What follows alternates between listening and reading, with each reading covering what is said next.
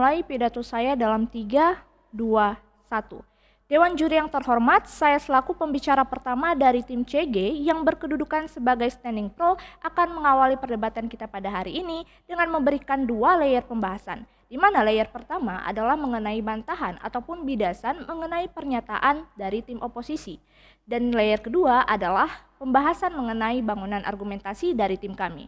Dewan juri yang terhormat, sebelum menyampaikan bantahan, kami perlu menegaskan bahwa kami yakin sebagai tim CG adalah sisi yang lebih baik dalam membawa alur perdebatan semakin lebih baik lagi. Mengapa kami katakan demikian? Karena tim OG hanya berbicara mengenai perspektif dunia pekerjaan saja, dari si pencari pekerjaan dan dari si penyedia pekerjaan. Namun pada tim kami, pada sisi kami akan membahas lebih luas lagi, yaitu pada aktor utama glorifikasi itu sendiri, yaitu masyarakat, Dewan juri yang terhormat. Baik, memasuki layer pertama, yaitu bidasan terhadap pernyataan dari argumentasi tim oposisi, Dewan juri yang terhormat. Yang perlu kami tegaskan di sini adalah mau pekerjaan spesialis ataupun tidak, hal ini sama-sama penting di kehidupan kita sehari-hari.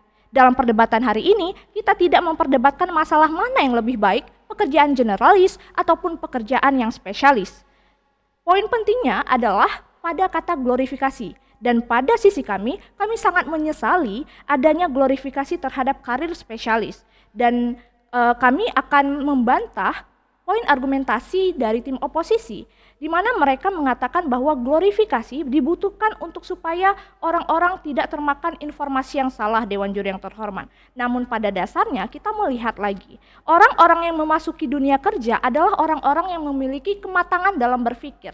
Artinya tidak ada kelabilan dalam dirinya lagi dan tidak bodoh untuk memilih suatu informasi, Dewan juri yang terhormat. Dan pada akhirnya mereka Apabila mereka ingin menduduki karir spesialis tertentu, ia dapat mencari informasi dari berbagai media, entah itu media online, offline, cetak, dan lain-lain, karena mereka sudah memiliki kematangan berpikir dan sudah mampu dalam memilih suatu hal, Dewan juri yang terhormat. Dan sesuai dengan status quo dari tim oposisi yang menerangkan bahwasanya status quo-nya adalah orang-orang telah dapat mendapatkan informasi dengan mudah di berbagai media, dari berbagai media seperti media cetak, online, dan lain-lain. Pada akhirnya pada sisi kami glorifikasi pun tidaklah diperlukan pada sisi kita dalam perdebatan kita pada hari ini, Dewan juri yang terhormat. Pada bidasan kami kedua, yaitu tim oposisi tidaklah memberikan paparan yang secara signifikan dan spesifik bahwasanya mengenai dampak baik terhadap glorifikasi itu sendiri, Dewan juri yang terhormat, melainkan mereka hanya fokus terhadap kebaikan apa saja, kemanfaatan apa saja terhadap profesi karir spesialis itu sendiri, Dewan juri yang terhormat. Dan pada akhirnya hal ini kami yakini bahwasanya kami sebagai tim CG akan lebih unggul dalam perdebatan kita pada hari ini. Baik, memasuki layer kedua perdebatan kami, yaitu pembahasan mengenai bangunan argumentasi, yang kami percayai bahwasanya kami sangat menyesalkan adanya glorifikasi terhadap karir spesialis ini, dikarenakan glorifikasi ini dapat menimbulkan kekacauan di masyarakat, Dewan juri yang terhormat. Mengapa? Karena glorifikasi yang akan digaungkan oleh masyarakat terhadap suatu kemanfaatan karir spesialis itu akan meningkatkan kepercayaan mereka lagi terhadap suatu karir spesialis itu sendiri. Dan hal ini tentunya akan menghilangkan kepercayaan masyarakat terhadap pekerja-pekerja yang generalis. Kita contohkan seperti dokter spesialis dan dokter umum. Dan hal ini kami percayai glorifikasi tersebut akan menyulitkan masalah di kehidupan sehari-hari masyarakat yang seharusnya sederhana dan dapat kita tanggulangi secara sederhana, namun disulitkan karena ada glorifikasi terhadap karir spesialis ini. Mengapa? Kita contohkan saja, misalnya ada seorang pasien yang mengalami 3 gejala penyakit seperti demam, pilek, dan batuk misalnya. Nah, karena adanya glorifikasi dan meningkatnya kepercayaan masyarakat terhadap kemanfaatan terhadap karir spesialis, bukannya masyarakat ataupun pasien tersebut datang ke yang bisa menangani pasien tersebut secara sederhana seperti dokter umum, melainkan ia akan pergi kepada dokter yang spesialis, yaitu dia akan pergi ke dokter THT untuk menangani pileknya, ia akan pergi ke dokter spesialis untuk menangani demamnya. Itu terjadi apabila glorifikasi inilah yang meningkatkan kepercayaan masyarakat terhadap suatu kemanfaatan dari karir spesialis. Padahal semua kemanfaatan dari pekerja, entah itu generalis ataupun spesialis, itu ada porsinya masing-masing, dan hal inilah yang membuat kekacauan terhadap kepercayaan masyarakat, Dewan Juri yang terhormat. Kemudian pada poin argumentasi kami yang kedua adalah glorifikasi mewujudkan masyarakat yang tidak memiliki jati diri. Mengapa kami katakan demikian, Dewan Juri yang terhormat? Pun sejatinya apabila adanya glorifikasi karir spesialis ini justru berpeluang untuk masyarakat lebih memilih suatu pekerjaan hanya atas dasar ikut-ikutan saja, Dewan Juri yang terhormat. Oh, mungkin pada tahun 2020 akan adanya glorifikasi terhadap suatu tren menjadi seorang trader ataupun tren menjadi seorang investor, dan karena adanya glorifikasi itulah membuat masyarakat di luar sana untuk ingin melakukan hal yang sama seperti apa yang telah diglorifikasikan oleh masyarakat dengan menunjukkan adanya kemanfaatan terhadap pekerjaan itu sendiri. Dan misalnya kayak glorifikasi mengenai dokter spesialis yang memiliki gaji yang begitu besar. Nah, hal-hal seperti inilah yang membuat masyarakat tidak memiliki jati diri terhadap pekerjaannya dan menjalani hidupnya, sehingga mereka hanya menjalani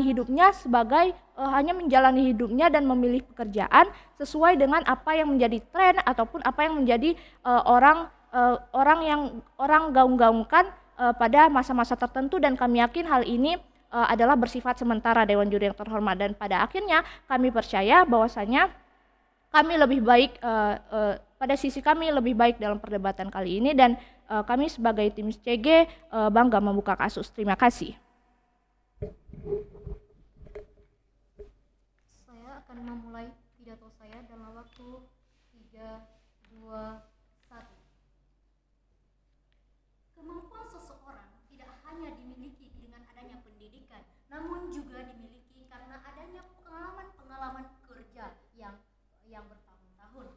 Dewan Juri yang terhormat, kami setuju dengan argumentasi dari tim Opening Government bahwa karir spesialis menjadi standar dalam mencari atau membuka lapangan kerja. Namun di sini tim Opening Government tidak menjelaskan bagaimana contoh kasus daripada standarisasi dalam mencari dan membuka lapangan kerja ini. Di sini kami akan memberikan contoh kasus yang bagaimana yang memberikan standarisasi dalam mencari dan membuka lapangan pekerjaan. Contohnya adalah kasus seorang sarjana hukum ketika ia ingin menjadi seorang advokat atau pengacara, ia harus terlebih dahulu memiliki ataupun mengikuti pendidikan profesi advokat.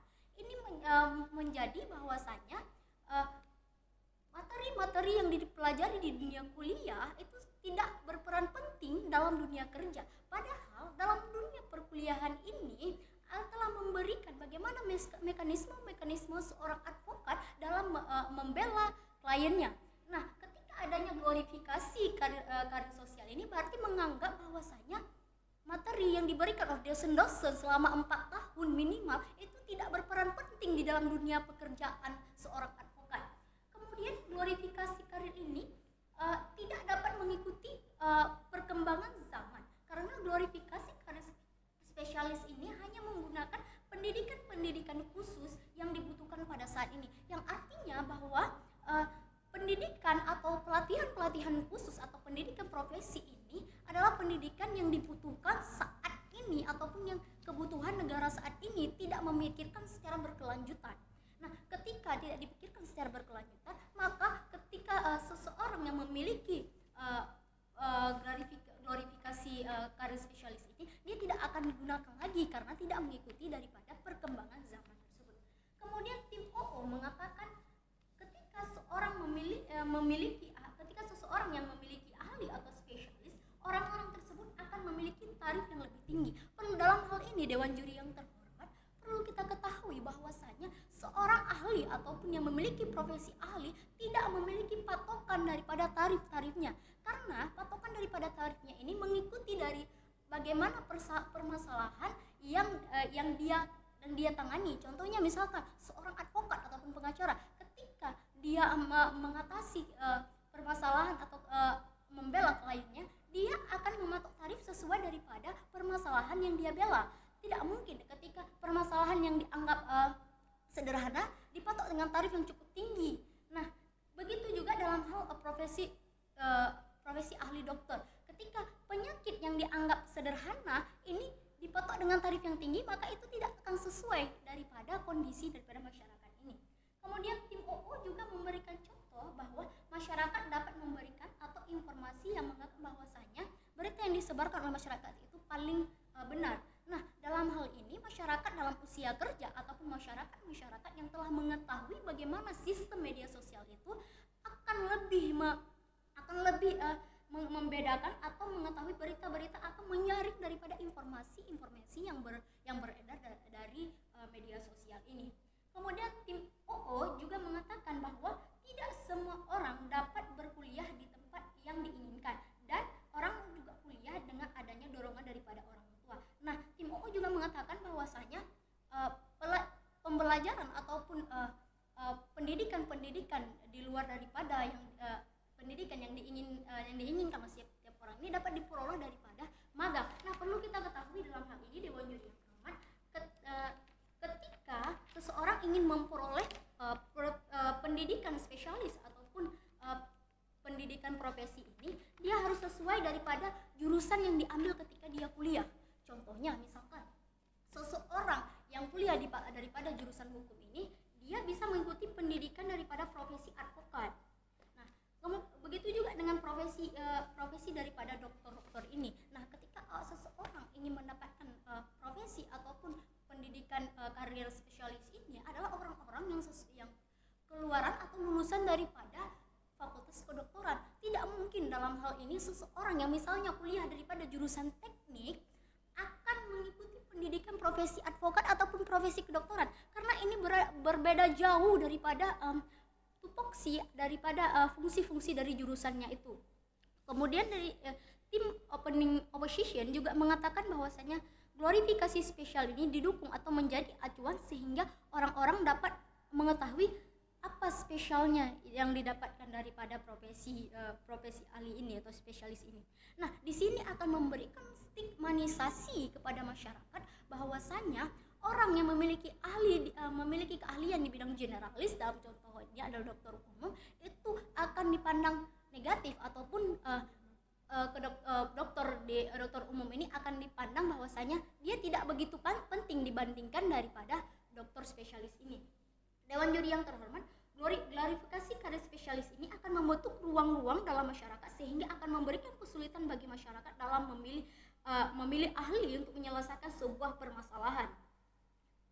Nah, mari kita bayangkan Dewan Juri sebagaimana yang sudah dikatakan oleh pembicara pertama dari tim kami, bahwasanya ketika kita memiliki menghadapi penyakit atau sakit demam ini, kita akan mencari ahli-ahli ketika glorifikasi ini ditetapkan. Misalkan dia akan datang kepada dokter DHT untuk memeriksa kondisi tenggorokannya, dan dia akan juga datang kepada ahli paru-paru untuk memeriksa kondisi paru-parunya. Padahal dalam kasus demam ini, dokter umum bisa menyelesaikan ataupun memberikan obat kepada pasien-pasien yang mengalami sakit demam ini, karena kasus tersebut adalah kasus ataupun penyakit yang sederhana, tidak perlu adanya ahli. Dewan Juri yang terhormat, oleh karena itu di sini kami dari tim